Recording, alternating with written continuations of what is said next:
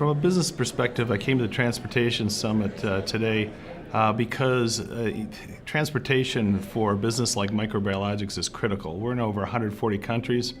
So for example, having air service connection, being able to get talent that can come and go from our business, and getting our products shipped and moved around the globe is critical for our success and growth in the future. The most powerful thing that you can do in a company or in a community to change the future is to start with that question of your image of the future. Because the future, in a certain sense, creates the present. If you want to change what you're doing, start with the future.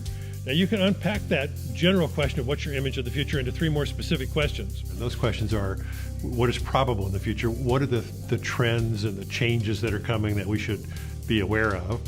What's possible in the future? And especially that means what's outside the boundaries of the way we usually thought about our problems or our issues. Those first two questions, the probabilities and the possibilities, you explore only so that you can come up with your answer as a community to the third question, which is what is our preferred future? Because then you start to see immediately things that you could do kind of tactically and strategically that would make it more likely that that future would happen. Air service is probably the number one need on our list. We are a marketer across the country and nationwide, and so getting people across the country to other locations is important.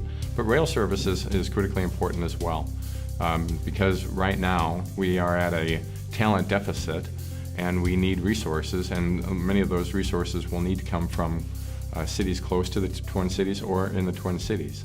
The Greater St. Cloud Development Corporation uses a particular process which is actually quite new. It was just kind of developed at Stanford University in 2011, and it's called the collective impact model, which is a way of creating action.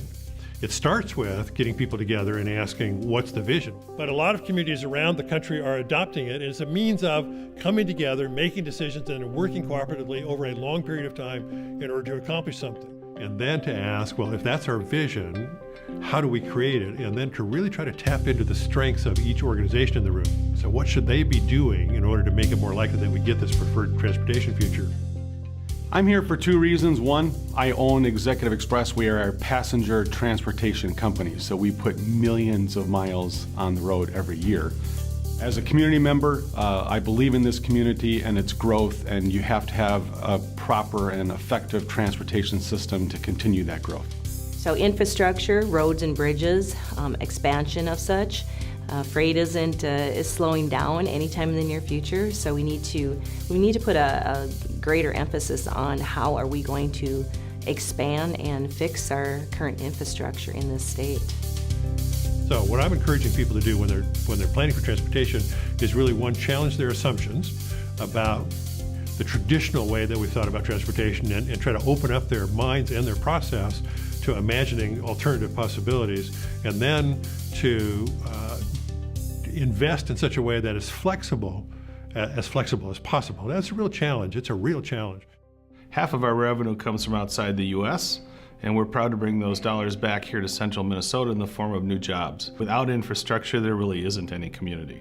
At the end of the day, the future is not something that just happens to us. The future is something that we do. We think of it as something out there that comes at us.